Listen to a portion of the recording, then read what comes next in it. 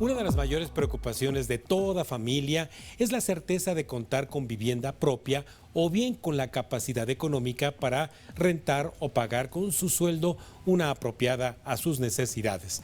El déficit nacional en la construcción de vivienda no ha sido cubierto por una oferta en cantidad y calidad que resuelva este reto, y es a través de políticas públicas e instituciones como el Infonavit que se han hecho muy diversos intentos por impulsar el derecho y acceso a una vivienda digna. Y con respecto a ello, ¿cuál es la oferta que en campaña hizo la candidata ganadora en las elecciones del 2 de junio, Claudia Sheinbaum? Las respuestas las ha documentado y analizado de manera continua Fernando Gutiérrez, articulista en el periódico El Economista, y a quien le agradezco esta noche converse con nosotros. Buenas noches, Fernando. ¿Qué tal, doctor? Un saludo a usted y a su auditorio. Fernando, sí, en la construcción de vivienda obviamente no solamente participan las instituciones oficiales como la Sociedad Hipotecaria, Infonavit, propio Foviste, otorgando créditos para que se incremente la oferta y obviamente se satisfaga la demanda de vivienda. Hay también la inversión privada, pero particularmente en la inversión o los recursos públicos que tienen que ver con fondos como Infonavit. ¿Cuál sería en primera instancia tu balance de lo que ha ocurrido en los últimos 5 años? ¿Qué sí se ha hecho bien y qué ha quedado pendiente en materia de construcción de vivienda? Es una historia demasiado extensa, pero la voy a resumir en este sentido. Antes del actual gobierno, del gobierno de Andrés Manuel López Obrador, la política de vivienda estaba apoyada en subsidios para la vivienda. Es decir, el gobierno daba una bolsa para adquisición de vivienda, y esta bolsa pues se iba para que las personas que no tenían posibilidad de adquirir una vivienda o su sueldo no le alcanzaba como tal, pues de ahí estuvieran apalancados para obtener una vivienda. Esto hizo que los constructores y los desarrolladores de vivienda se acostumbraran a una bolsa de subsidios anual que realmente era importante. En algún momento del gobierno de Enrique Peña Nieto llegó a cerca de los 15,000 millones de pesos. Entonces los constructores se basaban en ese presupuesto anual para desarrollar vivienda social. ¿Qué pasa cuando llega el gobierno de Andrés Manuel López Obrador? Dicen no se van a dar este tipo de subsidios, sí vamos a dar otra clase de apoyos, pero no como se estaban acostumbrados en los sexenios anteriores.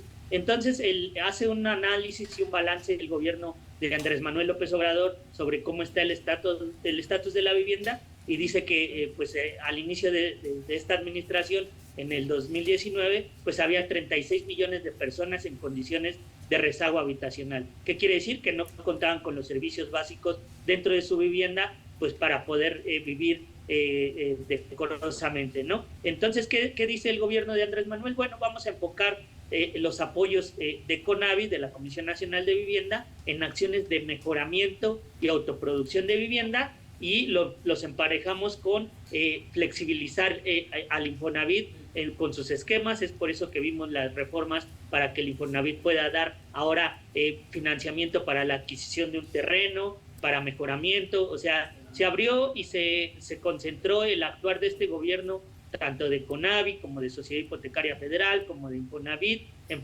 flexibilizar los esquemas y brindar opciones principalmente para mejoramiento y autoproducción de vivienda, que es como construir progresivamente tu vivienda con el apoyo que pueda recibir del gobierno. Según esto y según los datos que nos ha dado el gobierno, el rezago habitacional pasó de 36 millones de personas en condición de déficit habitacional a 33.9, ¿no? Se redujo prácticamente en 3 millones. Entonces ese es el análisis con el que pues se va el gobierno de Andrés Manuel López Obrador. Y si quiere pasamos a la siguiente pregunta. Sí, Fernando, dado que en nuestro país hay cierta prevalencia, yo no diría que cierta, sino una alta prevalencia a la llamada autoproducción, o ya denominada también autoconstrucción, los resultados, para continuar con este breve balance, mi querido Fernando, efectivamente dan para que la gente...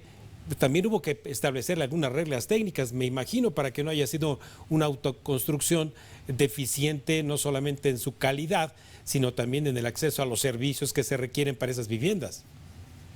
Ese fue el gran debate durante este gobierno, porque obviamente la autoproducción de vivienda es un término más amplio a la autoconstrucción. En la autoproducción ya se tiene asesoría técnica de expertos, de especialistas, de organismos que orientan a las personas a cómo construir poco a poco su vivienda y que prácticamente lo hagan de la manera correcta.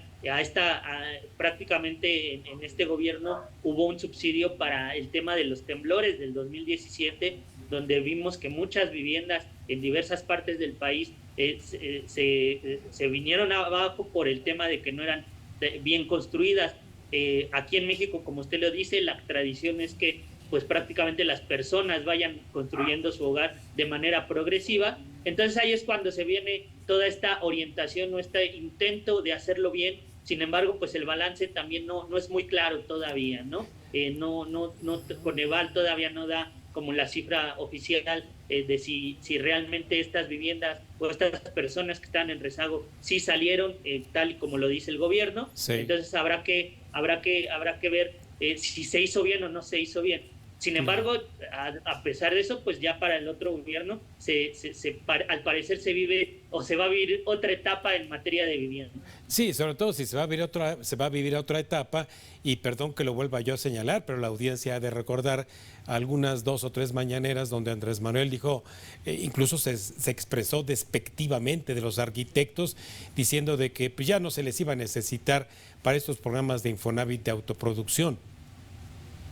Sí, claro, o sea, realmente incluso con los mismos desarrolladores, de alguna manera lo señaló en el aspecto de que ellos dependieron mucho de los subsidios que se daban, y entonces con esta administración enfocada al mejoramiento, pues el tema de vivienda social escaseó. Hoy en día son difíciles encontrar desarrollos o desarrolladores que hagan vivienda social, es decir, abajo de los 500,000 pesos, porque no hay incentivos como tal, ¿no? Sí. Prácticamente la política se enfocó en dar apoyos directos para que las personas o mejoren su vivienda o la construyan de manera progresiva. Sí.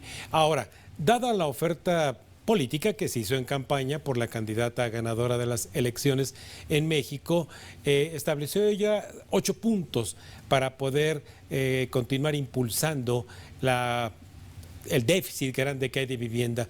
¿Pudieras ayudarnos a entender esta serie de propuestas?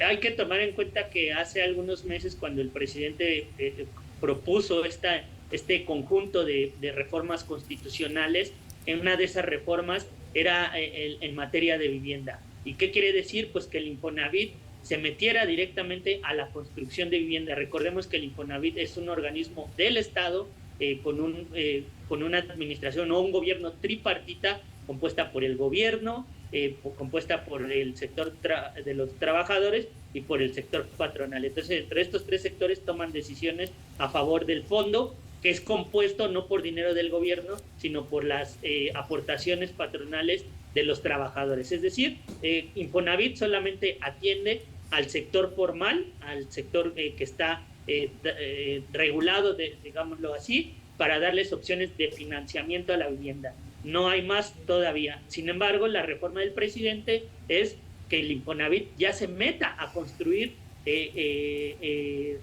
vivienda como tal, vivienda social, y es ahí de donde se apalanca el plan de Claudia Sheinbaum para su proyecto en materia de vivienda. ¿Y qué quiere decir? Pues que el Infonavit construya 75,000 viviendas por año, generar casi 1 millón de empleos por la construcción de estas viviendas que se vayan generando, y estas viviendas las van a poder ofrecer en caso de que se apruebe la reforma constitucional, las van a poder ofrecer para vivienda en renta a los trabajadores del sector formal, y que la renta no, sea equivalente al máximo del 30% de su salario. Si durante 10 años el trabajador es cumplido, puede tener la opción de adquirir la vivienda donde se está rentando. Entonces, ese prácticamente son los puntos en los que se apalanca el proyecto de Claudia Sheinbaum en materia de vivienda.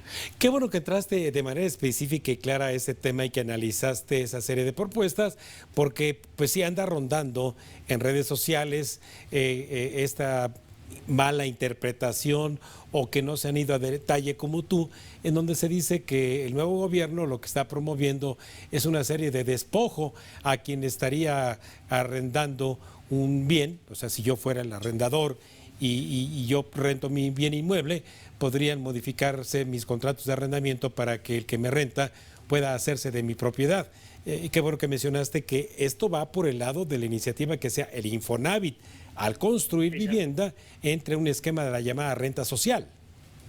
Exactamente, sí, no tiene nada que ver con el esquema de renta general o popular al que toda persona puede acceder. Aquí se centra primero en el Infonavit, segundo en el público que pueda atender Infonavit, que es el sector formal de los trabajadores, y tercero, pues en esquemas de renta social, donde puedan acceder a una vivienda, que la puedan rentar durante 10 años, y una vez que se tenga un buen historial, pues puedan acceder a comprar esa vivienda, que se supone que estarían bien ubicadas y con acceso a servicios. Por ahí en algunas entrevistas se ha dicho pues que en la Ciudad de México se puede construir vivienda por parte del Infonavit, cuando en los últimos años la construcción de vivienda en la ciudad ha sido muy complicada, y si se construye, pues es vivienda media hacia arriba, es decir, arriba del $1,000,000 hacia adelante, ¿no?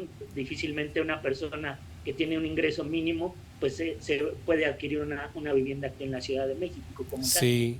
Finalmente, Fernando, de prosperar esas modificaciones también de carácter constitucional, obviamente tendría que haber cambios a las leyes reglamentarias, pero actualmente las condiciones bajo las cuales Infonavit va a cerrar el sexenio, ¿cuál sería tu balance final en materia del financiamiento colocado y desde luego de haber resuelto tantos problemas de viviendas abandonadas?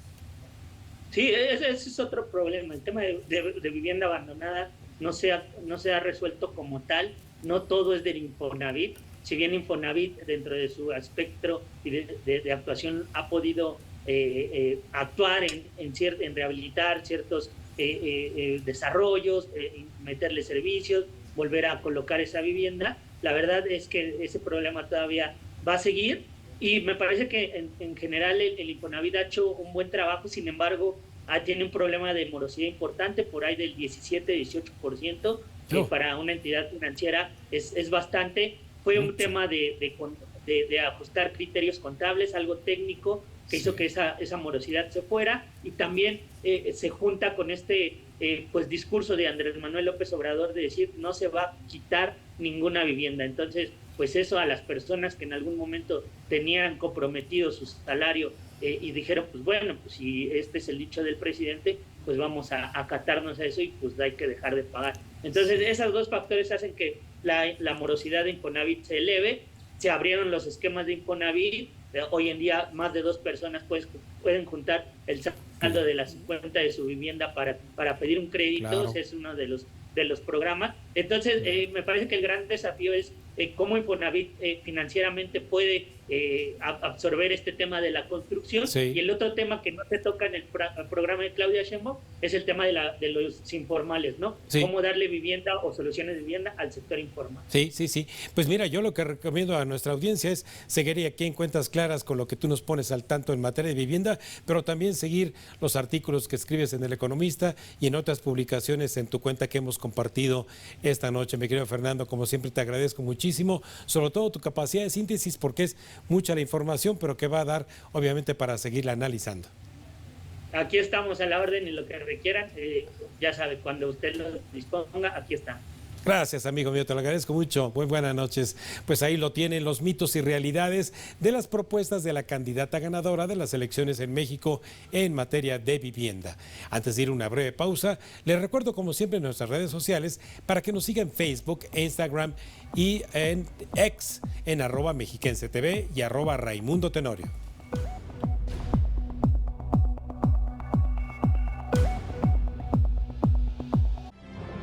Estás viendo Cuentas Claras.